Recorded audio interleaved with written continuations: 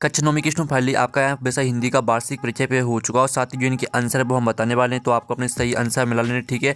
आप यहाँ पर देख लीजिए, जो आपका हिंदी विषय का पेपर है वो कुछ इस तरह का आया होगा, ठीक है। और साथ ही आप यहाँ पर देख लीजिए, आपके पहले तो आई होंगी सही विकल्प चयन कर लिखी, जो कि 6 नंबर के रहने वाले थे, ठीक है। हिंदी साहित्य का सर्वाधिक लोकप्रिय महाकाव्य, तो इसका आंसर आपका रामचरितमानस होने वाला था, ठीक है। और जो आपका यहाँ पर दिया गया मेघ आय रचना है, तो आपका इसका आंसर, ठीक है, जो आपके यहाँ पर ये मेघ आय रचना है, तो इसका आंसर आपका सा रहने वाला था सुमित्रा नंदन पंत। फिर जो आपका यहाँ पर दिया गया छंद को पढ़ते समय आने वाला विराम कहलाता है, तो इसका आंसर यहाँ पर रहेगा छंद को पढ़ते समय आने वाला विराम आपका यति कहलाता है, ठीक है। और जो आपका यहाँ पर दिया गया तिब्बत में सबसे खतरे की जगह है, तो इसका आंसर आपका डांडी रहने वाला था। और जो आपका आता है श्याम भी जाएगा मैं भी है, तो इसका आंसर आपका रहेगा निपात, ठीक है। और कृतिका भाग 1 में आए पाठों में से एकांकी का नाम है, तो इसका आंसर रहेगा आपका यहाँ पर रीढ़ की हड्डी, ठीक है।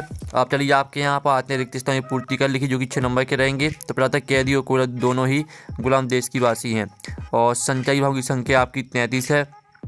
महाकाव्य में जीवन का संपूर्ण चित्रण होता है, ठीक है, संपूर्ण रहेगा आपका आंसर तीसरे का।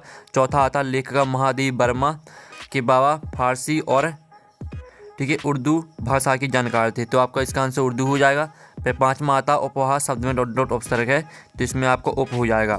और उर्दू के तालीम शब्द का अर्थ डॉट डॉट होता है, तो यहाँ पर उर्दू के तालीम शब्द का अर्थ होता है आपका विज्ञान, ठीक है।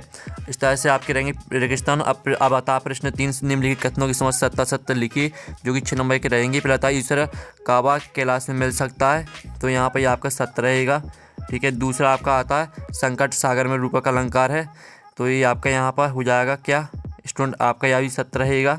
और जो आपका यहाँ पर दिया लड़की की माँ मर चुकी थी, तो ये आपका सत्य रहेगा, ठीक है। और जो आपका सालिम अली को उम्र की 70 तक पहुँचने में थोड़े ही दिन बचे थे, ये आपका असत्य हो जाएगा।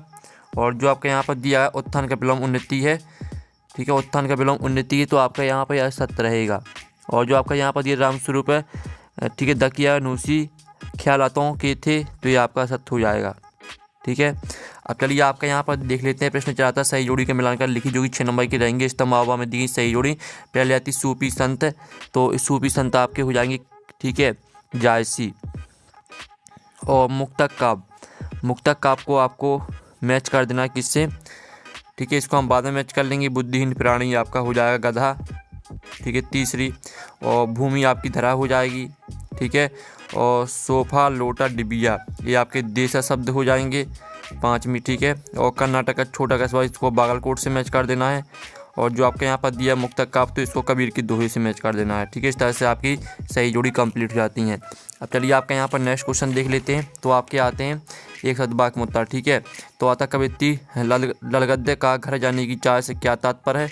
और दूसरा आता मेघ आए बने बन ठंड के पंक्ति में कौन सा अलंकार है, तो इसका आंसर रहेगा आपका अनुप्रयास, ठीक है, इसमें आपका अनुप्रयास हो जाएगा। और साहित्यिक पुरखी किसे कहा गया है, तो इसका आंसर है यहाँ पर साहित्यिक पुरखी किसे कहा गया है, तो इसका आंसर आपका हो जाएगा, ठीक है, हम बता देंगे। और लोक में प्रचलित उक्ति क्या कहलाती है, तो इसका आंसर आपका लोकोक्ति हो जाएगा, ठीक है। लोक में प्रचलित वो आपकी लोकोक्ति कहलाती है। और साक्ष्य पत्रिका के विशेषांक का नाम क्या है। और जो आपके यहाँ पर ये लेखिका मृदुला की परदादी ने मंदिर में जाकर क्या मन्नत मांगी थी, तो यहाँ पर, ठीक है, पुत्री पैदा करने की, ठीक है, पुत्री पैदा होने की मन्नत मांगी थी, ठीक है, ये आपका यहाँ पर आंसर हो जाएगा। और साथ ही जो आपके यहाँ पर, ठीक है, साहित्यिक पुरखी किसे कहा गया है, तो इसका आंसर आपका प्रेमचंद हो जाएगा, ठीक है, इस तरह से।